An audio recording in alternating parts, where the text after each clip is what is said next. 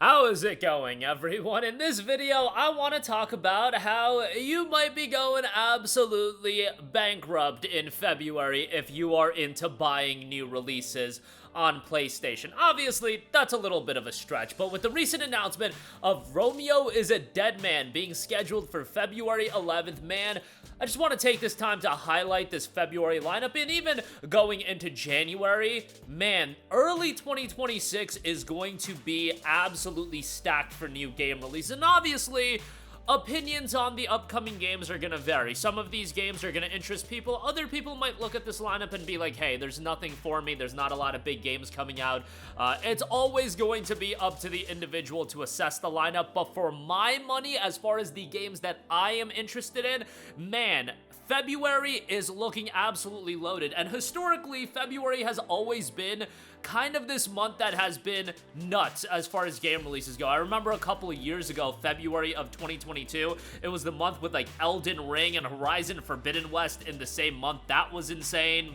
And generally speaking, February and March historically has been big months. And if I look at the February lineup for 2026, maybe it's me being a bit of a prisoner of the moment, but as far as what I like out of video games, it might be outpacing months like August, September, and October of this year. I get it that, you know, those months had big games, Ghosts of Yotei, Metal Gear, Delta Snake Eater, and so on and so forth, but February has so much depth to it. And February, there's definitely going to be a couple of games, one in particular that is going to be the big marquee release, but again, there's so much depth. But I just want to break it down game by game. And also, we just had the announcement of Romeo is a Dead Man launching February 11, 2026. That announcement is what spurred me to make this video. That is going to be a budget title at $49.99, available February 11th on PS5, Xbox Series, and PC. No word yet on whether or not there will be a physical copy, because this is a game that'll be self-published by Grasshopper Manufacturer. I hope that they can partner up with somebody at some point and get a physical copy of this game, because the audience that a game like Romeo is Dead Man is going to target is going to be that audience that does want a physical copy, so I think that would be very beneficial. But Suda51, that level of wackiness is sometimes exactly what I want. You know, a lot of the times in gaming, we get a lot of these samey style of experiences. Suda51 is gonna give you the wacky, it's gonna give you a little bit of the unique, and that might not be for everyone, but it absolutely is gonna be for me. So that has been dated for February 11th. But first, let's highlight what's already announced for January, which isn't looking to be that stacked, although Prince of Persia Sands of Time Remake is rumored for January as well, so we'll see if that comes to fruition. But January 15th, you already know I'm gonna be losing about 80 to 100 hours with Legend of Heroes Trails Beyond the Horizon. That's coming out in January 15th. And then later in the month, we do have the release of Code Vein 2 on January the 30th. There's other stuff like the free-to-play 7 Deadly Sins title is coming out, the Dynasty Warriors Origins expansion is coming out, but January, I'm not gonna say is this absolutely loaded month, but there certainly are a couple of games to have your eyes on.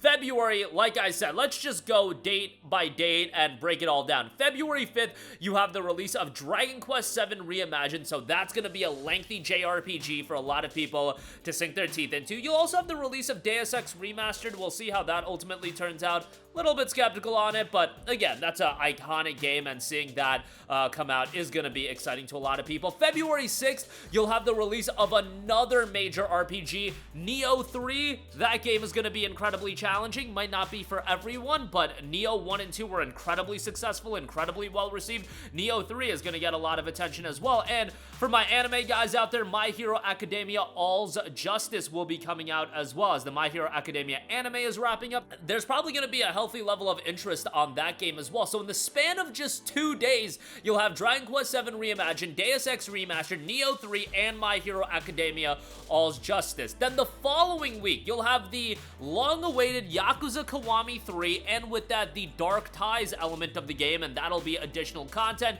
Yakuza 3 certainly shows its age, so to have a ground-up remake of that, fantastic. We're having the release of Yakuza 0 Director's Cut here in a little bit. Yakuza Kiwami and Kiwami 2 are getting ported to PlayStation 5 as well. Great to see more content from RGG, and RGG still out there with that level of consistency. Yearly game releases. Last year we had Like a Dragon Pirate Yakuza. This year, or coming up in 2026, we're going to be having Yakuza Kiwami 3 and Dark Ties. This level of consistency with this level of game quality, very, very rare in terms of major developers having that level of output. And I get it, you know, RGG does reuse content, but their game quality is at an incredibly high level, so I don't really care. In an era where there's a lot of studios taking 5, 7, 8, 10 years to put out games, RGG is a studio that I very much appreciate. And then how about this? February the 12th will also have the release of BlazBlue Entropy Effect on PlayStation 5. Guys, this is one to have on your radar. The developers of this game, when it came out on PC, sent me a copy of this game, and I loved it. It's totally not connected to the other BlazBlue games, so don't worry about that. It just uses the characters, and hey, the BlazBlue characters are awesome from a style standpoint and a design standpoint, and them in this action roguelite, it's a ton of fun. It definitely gets challenging, but there's a lot of depth into the gameplay options in the game as well. It will be $24.99 on the PlayStation Store. What's interesting is PM Studios is publishing a physical copy of this game, but the physical copy is gonna be $60?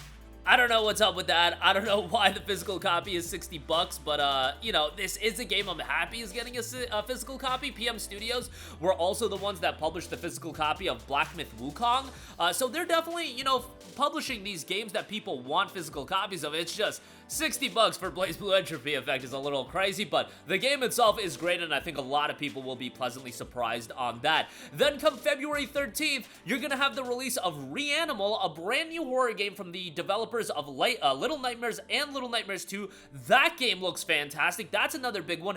And you've got High on Life 2 coming out as well. That's another big release. High on Life wasn't really my cup of tea, but I know a lot of people that really enjoyed it.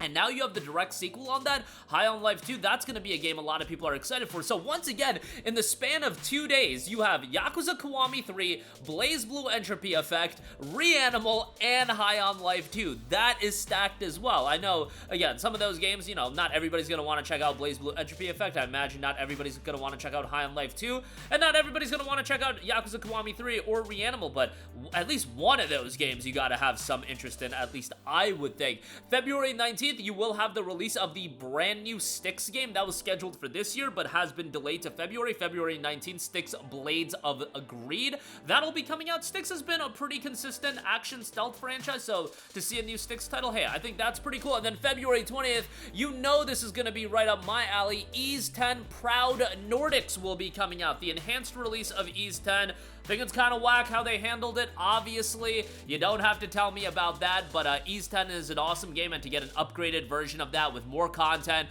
ideally, hopefully, you waited to pick up Ys 10, and now you can just check out Ys 10 Proud Nordics. But yeah, that'll be a great pickup, and Ys 10 is an awesome game, and now you're gonna get an enhanced release on PlayStation 5, and it will be coming to Nintendo Switch too. So that's a big release. February 26th, you'll have the release of No Sleep for Kaname Date. It came out in the summer of last year on both PC and Nintendo Switch, and now it'll finally be coming out on PlayStation 5. A smaller scale AI Somnium Files game. Kaname Date returns as the main character, which I know everybody that played AI Somnium Files loved him as the lead, and now they're bringing him back for this title, which again, already available on Switch and PC, but good to see it on PlayStation.